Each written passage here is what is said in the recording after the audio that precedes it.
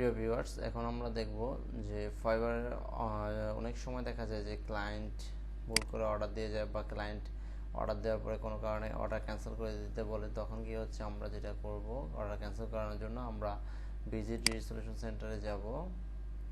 এখানে আসার পর আমরা এখান থেকে আসব হচ্ছে ask the buyer to cancel the order, এখানে ক্লিক করব।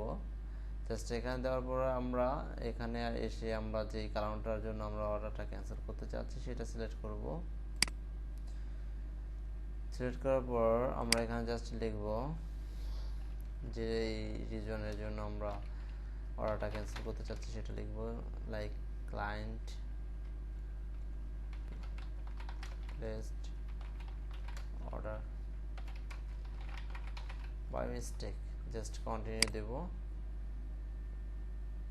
দেওয়ার পর আমরা এখানে একটা শর্ট ডিসক্রিপশন দিব যে কেন আমরা অর্ডারটা ক্যান্সেল করতে চাচ্ছি।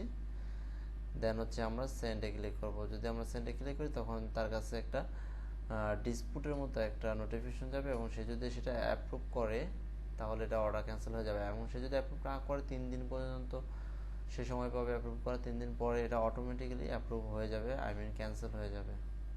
সুতরাং আমরা এখন বুঝতে পারলাম যে কিভাবে একটি ফাইবারে অর্ডার ক্যান্সেল করতে হবে।